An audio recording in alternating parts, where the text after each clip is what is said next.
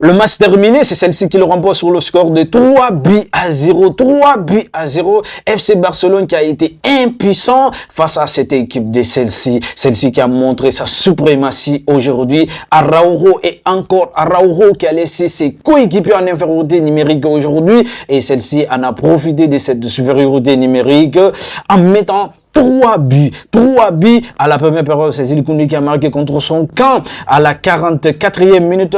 Araujo qui a écopé le carton rouge en laissant ses coéquipiers en infériorité numérique.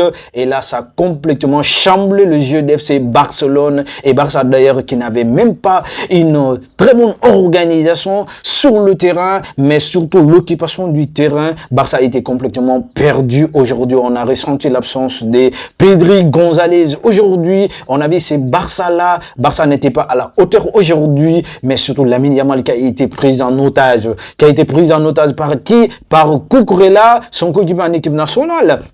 Cucurella qui a bien défendu contre Lamine Yamal aujourd'hui. Il était obligé de sortir par un sifflet des gars. Et là, les gars, et Rafinha qui était venu d'une manière très molle, et Rafinha qui a essayé quelques tentatives offensives, quelques offensivités, mais cela n'a pas donné aujourd'hui. Moi, je regarde dans l'ensemble aujourd'hui, Barça, tous les joueurs du FC Barcelone, si ce n'est que la défense aujourd'hui, mais personne en matière de marquage, en matière de grinta, en matière de combativité. Et là, franchement, c'est le football là que Chelsea a amené, le même football que Chelsea a amené contre PSG lors de la Coupe du Monde des clubs. C'est le même football que celle-ci a amené aujourd'hui face à cette équipe de Barcelone aujourd'hui, parce que là, la bataille du milieu de terrain d'abord. Il faut remporter la bataille du milieu de terrain, et ce qui s'est passé, parce que Barça n'a même pas eu des occasions franches.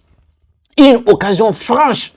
Et Lamine Yamal qui ne pouvait même pas arriver et donner la passe comme il faut. Ferran Torres, on n'en parle pas. Et Rashford qui est venu sur la pelouse aujourd'hui et qui n'a absolument rien apporté en matière dans la course de sa vitesse aujourd'hui, n'a absolument rien apporté. Et franchement, si ce n'est que l'arrivée de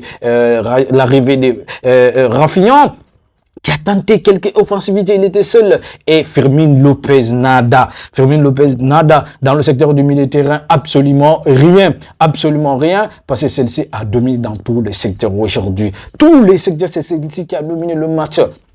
Franchement, celle-ci a montré sa puissance aujourd'hui, mais sa suprématie dans le jeu, mais surtout ces jeunes hommes, ces jeunes joueurs. Estevao, le jeune attaquant brésilien qui a frappé fort aujourd'hui, parce que qui a complètement basculé le match, franchement, parce que Barça avait de l'espoir, parce que c'était 1-0 et l'unique but était marqué par Jules Koundé, et là Barça avait l'espoir. Mais quand il a marqué, alors franchement, Barça a complètement posé des armes, parce que Barça n'avait même pas une belle construction et pour aller défier cette équipe de Bleus. Et là, et aujourd'hui, ils ont montré leur suprématie. Ils ont montré aujourd'hui, ils sont plus forts que FC Barcelone. Barça a sérieux problème pour dire vrai. A sérieux problème, des gars. Il faut qu'on se dise la vérité. Jules Koundé est complètement passé à côté, mais n'était pas seul aujourd'hui. Tous les joueurs du FC Barcelone, tous les joueurs, personne aujourd'hui à qui on peut pointer le doigt aujourd'hui, dire que ce joueur-là a apporté quelque chose de positif. Nada, absolument rien. C'est regrettable, franchement, des gars.